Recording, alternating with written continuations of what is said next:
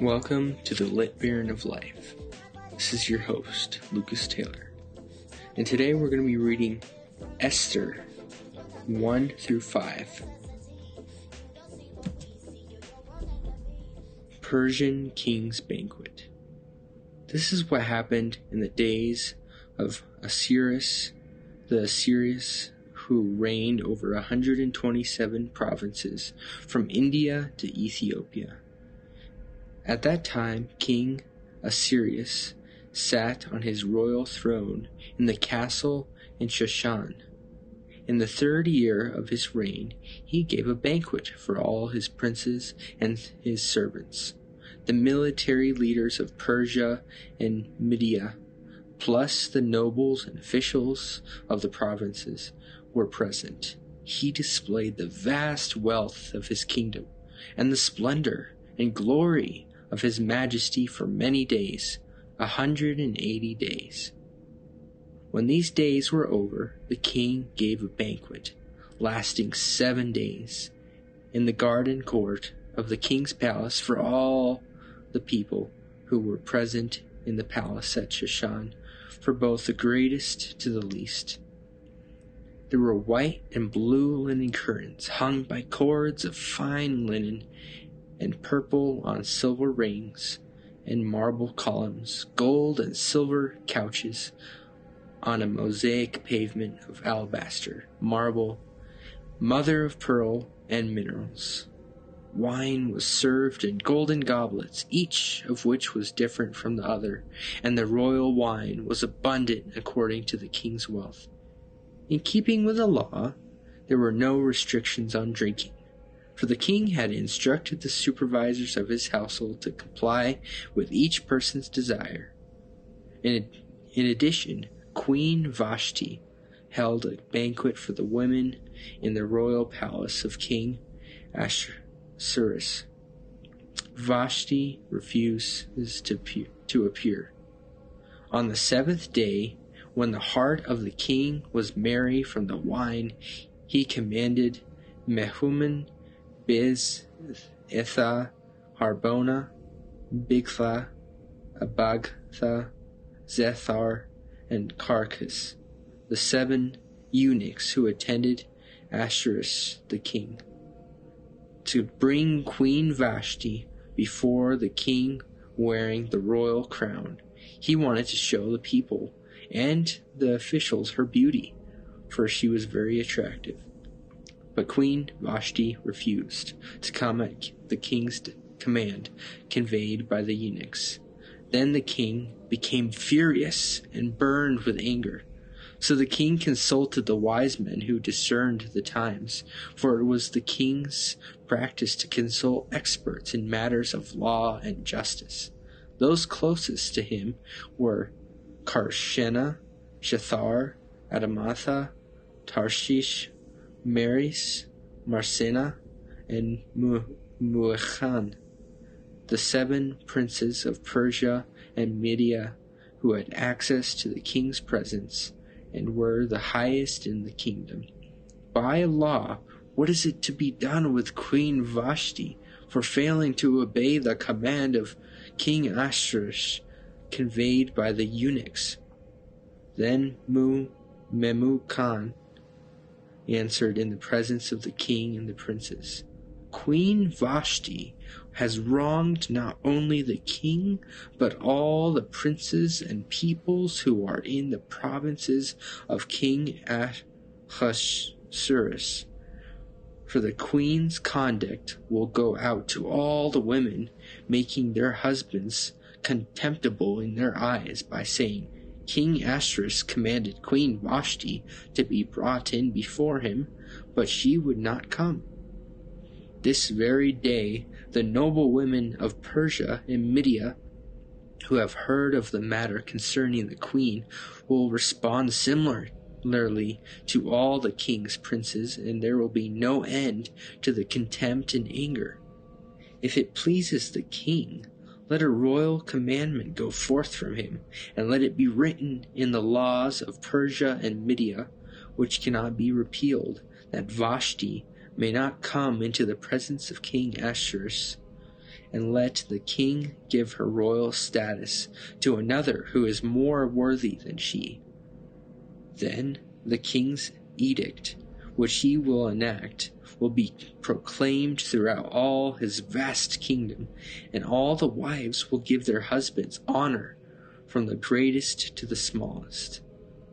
The matter pleased the king and the princes, so the king did according to the word of Memucan. He sent letters throughout all the royal provinces, to each province in its own script, and to each people in its own language, that every man should be in charge of his own household and speak the language of his own people. Esther wins favor. After these things, when King Ahasuerus' anger subsided, he remembered Vashti and what she had done and what had been decreed against her. Then the king's servants who attended him said, "Let a search be made on the king's behalf for beautiful young virgins. Let the king appoint officers in all the provinces of his kingdom to gather together all the beautiful young virgins to the palace at Shushan in the house of women under supervision of Haggai, the king's eunuch, who oversees the women. Let them be given beauty treatments. Then let the young women who pleases the king become queen instead of Vashti." This advice pleased the king, and he acted accordingly. There was a Jewish man in the Shushan palace, whose name was Mordecai, son of Jair, son of Shimei, son of Kish, a Benjamite, who had been taken into exile from Jerusalem, with the captives that had been carried away with King Jeconiah and of Judah, whom King Nebuchadnezzar of Babylon had taken away. He had raised Hadassah, that is Esther, his uncle's daughter, for she had neither father nor mother. The girl was attractive and had a beautiful figure. When her father and mother died, Mordecai took her to him as her own daughter. After the king's order and decree became known, many young women were assembled in the palace of Shushan under the supervision of Haggai. Esther was taken into the king's household under the supervision of Haggai, guardian of the women. This young woman pleased him and found favor with him. He quickly arranged her beauty treatments and provided her special food. He also provided her with 7 specially chosen young women from the king's household. Then he moved her and her maids to the best palace in the woman's house. Esther had not disclosed her people or lineage, because Mordecai had commanded her not to make them known. Every day, Mordecai walked in front of the women's courtyard to find out how Esther was and what might happen to her. When each young woman's turn came to go to the King Ahasuerus at the end of 12 months, as prescribed by the women, for in this way they fulfilled their beautification, 6 months with oil of myrrh and 6 months with perfumes and women's cosmetics. The young women would go to the king in this way. Whatever she asked for was given to her to take with her from the women's house to the king's palace. In the evening she would go, and in the morning she would return to the second women's house under the supervision of Shashgaz, the king's eunuch, guardian of the concubines. She would not go back to the king unless the king was pleased with her and summoned her by name. When the turn came for Esther, the daughter of Bahilel, the uncle of Mordecai, who had taken her as his daughter, to go to the king, she did not ask for anything except what Haggai, the king's eunuch, the guardian of women, advised. And Esther won favor in the eyes of all who saw her. Then Esther was taken to King Ahasuerus at his royal house in the 10th month, which is the month Tevet, in the 7th year of his reign. Now the king loved Esther more than all the other women, and she won his grace and favor more than all other virgins. So he placed the royal crown upon her head and made her queen instead of Vashti. The king gave a great banquet, Esther's banquet, for all his princes and servants. He proclaimed a holiday for the provinces and distributed gifts in keeping with the king's wealth. When the virgins were assembled a second time, Mordecai was sitting in the king's gate. Esther had not yet made known her lineage or her people, just as Mordecai had told her. Esther continued to follow Mordecai's instructions, as she had done when he was bringing her up. Mordecai foils a plot. In those days, while Mordecai was sitting at the king's gate, Bigthan and Teresh, two of the king's eunuchs who guarded the doorway, became angry and conspired to assassinate King Ahasuerus. But Mordecai found out about the plot and told it to Queen Esther. Esther informed the king in Mordecai's name. When the matter was investigated and found out to be so, they were both hanged on the gallows. It was then written in the book of the Chronicles in the king's presence. Haman hates the Jews. Sometime later, King Ahasuerus promoted Haman, son of Hammedatha, the Agagite, elevating him and setting his chair above all the officials who were with him. All the king's servants who were at the king's gate bowed down and paid honor to Haman, for the king had commanded it. But Mordecai would not bow down or pay him honor. Then the king's servants who were at the king's gate said to Mordecai, "Why are you disobeying the king's command?" Day after day they spoke to him, but he would not listen to them. Therefore they told Haman in order to see whether Mordecai's resolve would prevail, for he had told them that he was a Jew. When Haman saw that Mordecai was not bowing down or paying him honor, Haman was filled with rage. But it was repugnant in his eyes to lay hands on Mordecai alone, for they had told him the identity of Mordecai's people. So Haman sought to destroy all the Jews, the people of Mordecai, who were throughout the whole kingdom of Ahasuerus.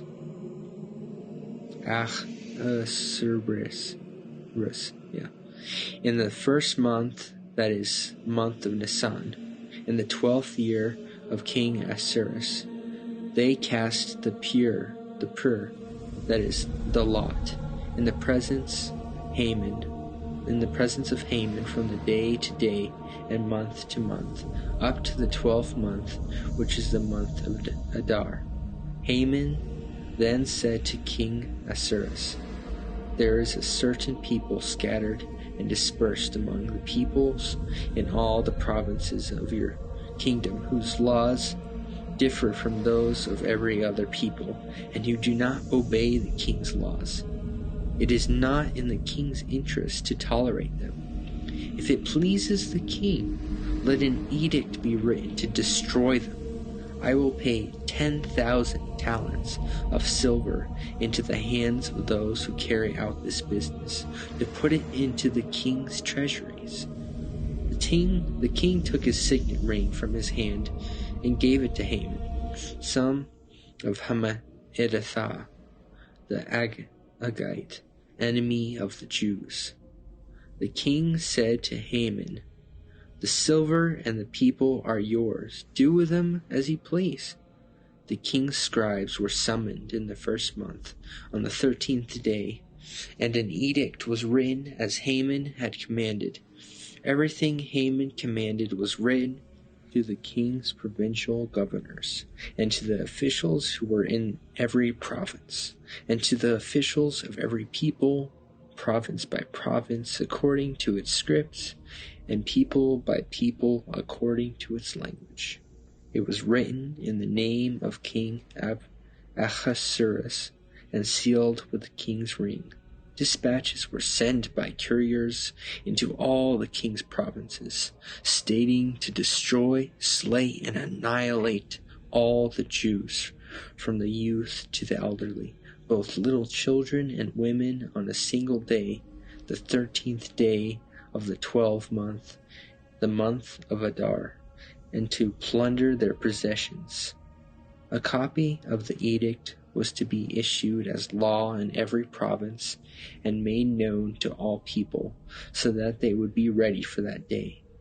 The couriers went out hurriedly with the king's command, and the edict was issued in the palace in Shushan.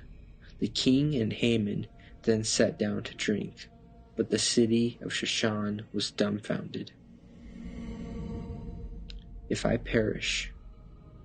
When Mordecai learned all that was done, he tore his clothes, put on sackcloth and ashes, and went out into the middle of the city, crying out in a loud and bitter voice. He went only as far as the king's gate, but no one could enter the king's gate clothed in sackcloth. In each and every province where the king's edict and law came, there was a great mourning among the Jews, with fasting and weeping and wailing. Many put on sackcloth and ashes. When Esther's maids and eunuchs came and told her the queen was greatly distressed, she sent clothes for Mordecai to put on, so he would remove his sackcloth. But he refused. So Esther summoned Hethak, one of the king's eunuchs, whom had appointed to attend her, and ordered him to go to Mordecai to find the cause and the reason for this. So Hethak went out to Mordecai in the city square in front of the king's gate. Mordecai told him everything that had happened to him, even the exact amount of money that Haman had promised to pay the king's treasuries for the destruction of the Jews. He also gave him a written copy of the decree which had been distributed in Shushan for their annihilation, to show to Esther and to explain it to her. He instructed her to go into the king, to beg his favor and plead before him on behalf of her people. Hethak went back and reported to Esther what Mordecai had said. Then Esther spoke to Hethak and gave him instruction for Mordecai. All the king's servants and the people of the king's province fully understand that for anyone, man or woman, who approaches the inner courtyard without being summoned, he has one law, that he be put to death, unless the king extends his golden scepter, permitting him to live. But I have not been summoned to come to the king for 30 days. So they conveyed Esther's words to Mordecai. Mordecai told them to reply to Esther with this answer: Do not think in your soul that you will escape in the king's household more than all the Jews. For if you remain silent at this time, relief and deliverance will arise for the Jews from another place. But you and your father's house will perish. Who knows whether you have attained royal status for such a time as this? Esther sent this to reply to Mordecai: Go, gather together all the Jews who are in Shushan and fast for me. Do not eat or drink for 3 days, night or day. My maids and I will fast in the same way. Afterwards, I will go into the king, even though it is not according to the law. So if I perish, I perish. So Mordecai left and did all that Esther commanded him. Esther's request of the king. On the 3rd day, Esther put on her royal apparel and stood in the inner court of the palace in front of the king's hall. The king was sitting on his royal throne in the hall facing the entrance. When the king saw Queen Esther standing in the courtyard, she found favor in his eyes. So the king held out to Esther the golden scepter in his hand, and Esther approached and touched the top of the scepter, then said to the king to her, and then said the king to her, "What is it, Queen Esther? Whatever you request, even as much as half of the kingdom, it will be given to you." So Esther said, "If it pleases the king, let the king and Haman come this day to the banquet that I have prepared for him." The king replied, "Bring Haman quickly so that we may do what Esther said." Then the king and Haman came to the banquet that Esther prepared. As they were drinking wine, the king said to Esther, "What is your request? It will be granted you. Whatever you request, even as much as half the kingdom, it will be fulfilled." Esther answered and said, "My petition and my request is this.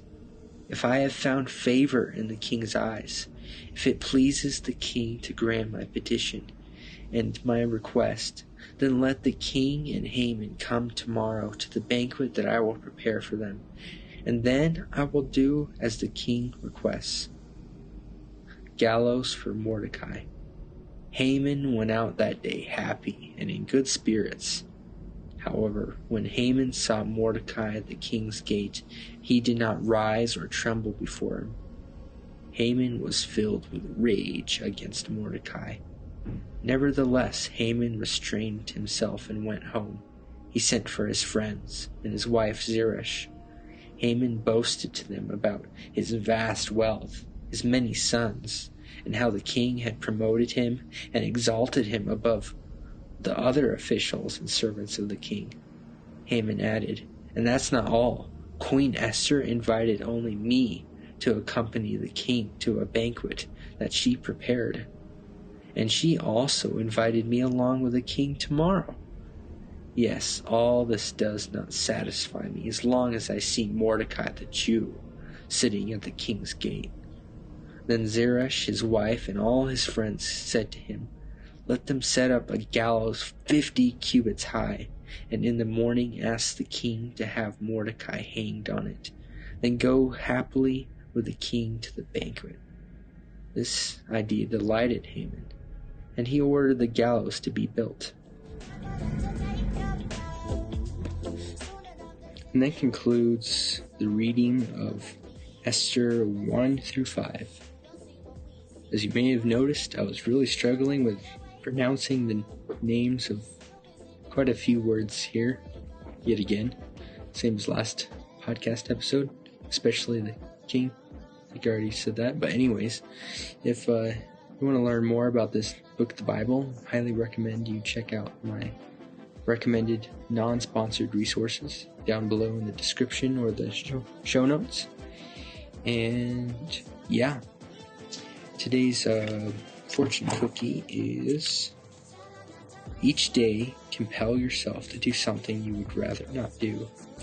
That goes amazingly well with the story of Esther, about her Esther trying to do something right that she doesn't want to do. That's potentially dangerous too. So amazing how that kind of went well, that fortune cookie. And today's national days are World Teen Mental Wellness Day. I guess I'm kind of a teen. I'm 19, almost 20, so sort of teen. Yeah, get well, stay healthy, wear a mask. A National Read Across America Day, Dr.Seuss Day. Oh man, Dr. Seuss is the bomb, good childhood memories, reading Dr. Seuss. They've made so many like new Dr. Seuss stories though. I feel like, I don't know. I mean, I've read plenty of those, but I think the classic ones are the best, classic art and all that sort of stuff. And then National Banana Cream Pie Day. Yo, that is some good stuff. I love banana cream pie. That's good. And then National Old Stuff Day. I've got some old stuff around the house. Speaking of which, harmless plug, keep an eye on my eBay store where I sell old stuff from around the house. I'm not currently selling anything at the moment, but keep an eye out. Might be selling a printer or something pretty soon. I am also working on selling some merch. Like, I'm selling a notebook right now with my logo on it, so you might want to pick that up from eBay or Etsy. And then deep question of the day from thoughtcatalog.com, not a sponsor, is what was the worst phase in your life? Maybe high school. I don't know. Pretty immature sometimes in high school, so I don't know. I wish I could redo that, but whatever. What about you? I'm going to be linking the Anchor link of this podcast in the description below, so you can send in your answer to the question that I ask every episode. Also, if you like this episode or any of the podcast episodes, then please share it wherever you're listening, from YouTube or from any podcast location. If you want to leave a review or comment or subscribe, follow, whatever it says on your location of listening to this, please do that. Really supports the channel. Thanks.